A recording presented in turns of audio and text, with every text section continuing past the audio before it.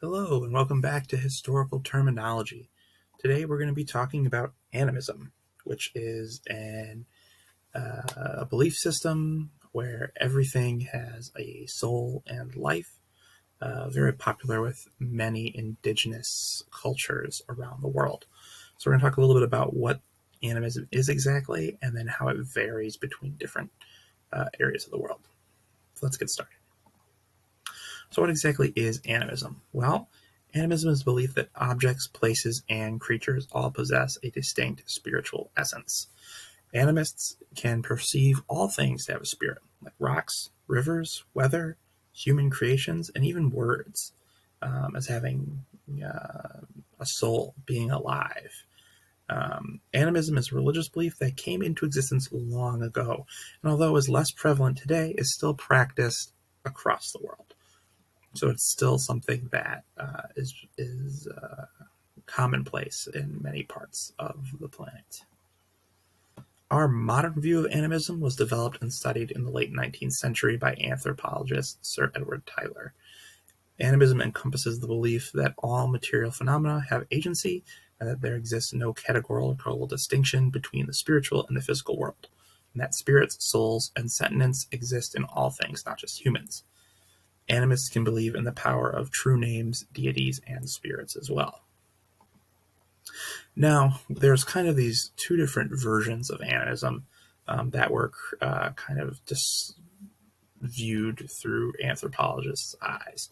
The old version was the belief that certain beings could not tell the difference between things that were alive and things that weren't, and was ultimately rooted in this racist ideology that kind of fueled anthropology in its beginnings. And set people who believed in this as inferior. The new form of animism, or the new definition that's been created since then, kind of strips that racist ideology away and generalizes it to make it more of a wholesome thing on par with other religious beliefs. And that is that animism is defined, right, as a way to say that there's a spirituality in nature and that everything can have a soul or a spirit. So how is animism worshipped? Well, animists do not always have a set religious practice like other organized religions, and instead there are traditions and rituals that vary between groups and cultures. Depending on the region or group, there might be shamans who lead or act as spiritual guides in animism. Animists often show a deeper reverence to nature and thus support environmental regulation and protection, unlike other beliefs might not. Shamanism are shamans are people who work to influence the benevolent and malevolent spirits that may influence the world. Shamans also claim to enter alternate dimensions and supernatural realms to obtain solutions to spiritual problems. They practice rituals, go into trances, and they practice spiritual healing. Shamans can heal people by mending the soul, and the people who are shamans gain that position usually through years of study of how the spirit world works. It's a tradition that's been passed on for thousands of years. The basic beliefs of animism are that all things have a spirit or sentience. Some people have the ability to interact with spirits, and those people are called shamans, and the environment needs to be protected since they cannot protect themselves the way that we can protect it. There's lots of different people who believe in animism, and earlier in the history of the world, there were many communities that believed in animism or their religion was based off of animist ideas. Some examples might be the Ojibwe in North America, many different indigenous African tribes, the Japanese and Shinto, which is kind of grown from that. The indigenous Filipino religion is animist, and the Arabian Peninsula had animist religious beliefs prior to the introduction of Islam. We're going to go through each of these, or some of these groups, and kind of explain how their animist beliefs work. So let's talk about those different forms. In Africa, the majority of the traditional African religions, especially in The Horn of Africa and Central Africa are forms of animism, and depending on the region, groups may also believe in shamans or ancestor worship, and they might do that through various ritualistic dances, these kind of awesome masks, or having shamans dressed up like this. In India, although not entirely animistic, Hinduism, Buddhism, Jainism, and Sikhism all have aspects of nature worship and ecological conservation in their faiths, which can tie it to animism. The Matsya Purana, a Hindu text that discusses the importance of ecological conservation and reverence for nature, is a big part of Hinduism. And Indian religions often include the cycle of reincarnation, which ties the idea of non-humans having souls and spirits. So Hinduism is more of an organized belief with lots of other things going on with it, right? But they have these animist ideas in it. In Japan, Shinto, the traditional folk religion, has many animistic aspects. And since they believe in kami, which are the spirits, these spirits can inhabit all sorts of different things, which really kind of follows animist ideas.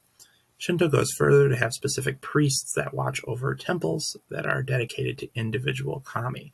So there are a little bit more of an organized thing in Shinto. The Kalash, which is a group of people in northern Pakistan, follow animistic religions, and their faith may have been derived from an ancient form of Hinduism, once again tying Hinduism to this animist idea. So they also believe in spirits and things like that. In Korea, Muism, the native religion in Korea, has many animistic aspects. And in Muism, gods, ancestors, and nature spirits are worshipped and involve shamans communicating with these spirits. Shamans perform rituals and ceremonies to communicate and interact with spirits, and there's a lot of different traditional rituals that go along with that. In the Philippines, prior to European colonization, animism was a huge part of their core belief system, and female or feminized shamans worked to preserve sacred shrines, forests, mountains, and other areas. The people believed that all things had spirits and were therefore sacred. So the Philippines had this animistic belief system before European Christians came and changed their beliefs. Abrahamic animism has become more popular in the theological area of Christianity, Islam, and Judaism. And this is when biblical scholars have kind of begun to recognize different parts of animism in the Bible.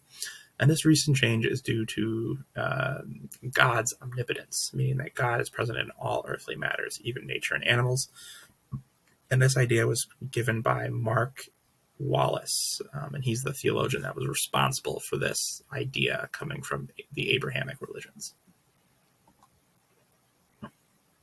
Come on now. There we go. And then finally, in Arabia, prior to the introduction of Islam, the Arabian Peninsula had an animistic belief system as well. They were polytheistic, believed in spirits, and in some rare cases practiced shamanism as well. And most of this animism was wiped out by Islam's spread, but there are records of it and how it worked. So we do know that it happened and that it was the native belief system in the Arabian Peninsula. And this could have come from parts of Africa and the spread of humanity. Thank you so much for watching and learning a little bit about animism, one of the many different indigenous beliefs in the world. Go ahead and subscribe to learn more history. And if there's something you're interested in learning about, leave us a comment and we can make a video about that particular thing you want to learn about. Thanks so much again, and we'll see you next time when we have some more historical terminology. Bye.